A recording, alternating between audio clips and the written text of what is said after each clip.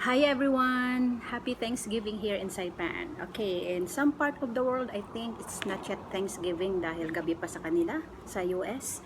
So here in Saipan, it's noontime and it's time to celebrate Thanksgiving Day despite of everything. So we have so many things to be thankful for, okay? So today, guys, I will show you how to make a Thanksgiving turkey out of biscuits, pretzels, cupcakes, and cheese. So, siguro nagtataka na kayo kung paano gawin yun, ano. So, kasi yung turkey para sa mga Americans, a Thanksgiving feast without a turkey on their tables are it's not a Thanksgiving. So today, excited na ba kayo na makita or malaman kung paano gumawa ng Thanksgiving turkey out of biscuits and pretzels? Okay, so tara!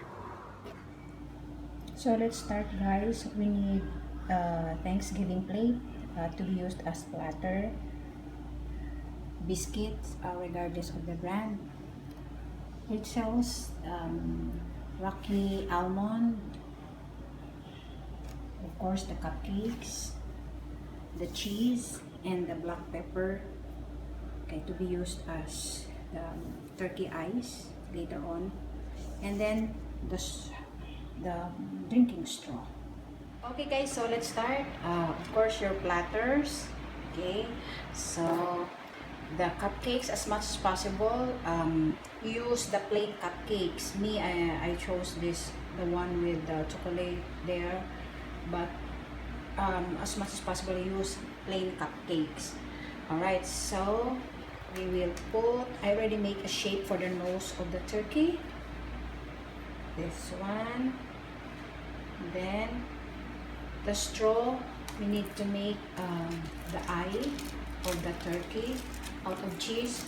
So we need to do like this.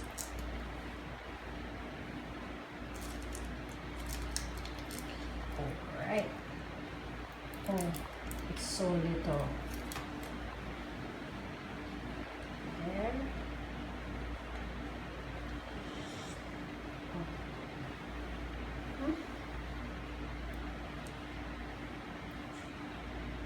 And the other one, use a bigger straw, guys. Me, I use the small straw. That's why the eye of the turkey is small. And then the black pepper. Where's the black pepper now?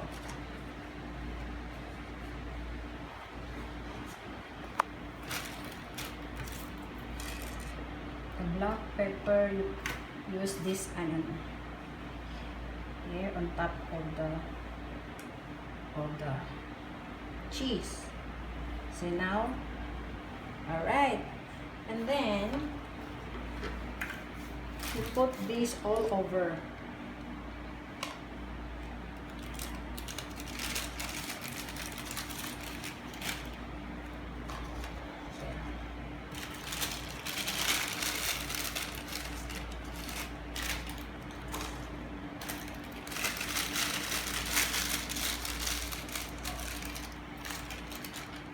As the feather of the turkey.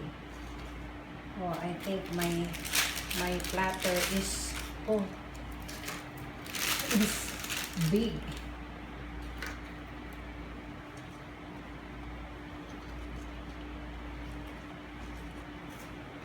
And then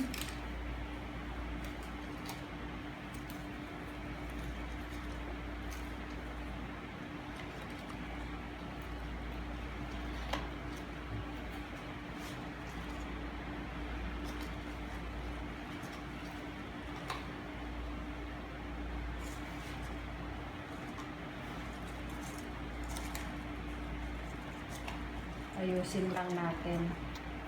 The direction of the biscuit should be uniform. The same yung direction. Paikot sa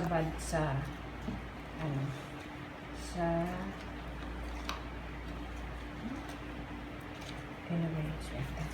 So we'll just make it perfect on the front side of the turkey. Kasi lalagyan naman natin yung later on pretzels at the back of the turkey. Alright.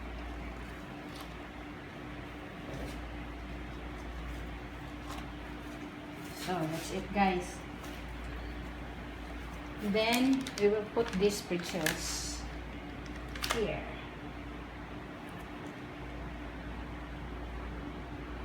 Hope it works.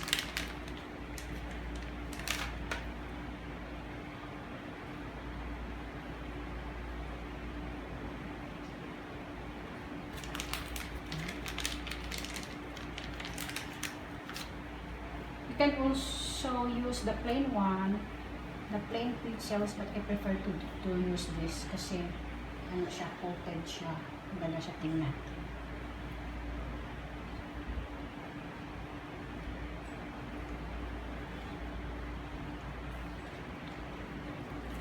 That's it. So, we're done. That's the Thanksgiving turkey out of biscuit, pretzels, and cupcakes. Thank you so much. And so, here is the finished products of our Thanksgiving turkey out of biscuits, cupcakes, and pretzels.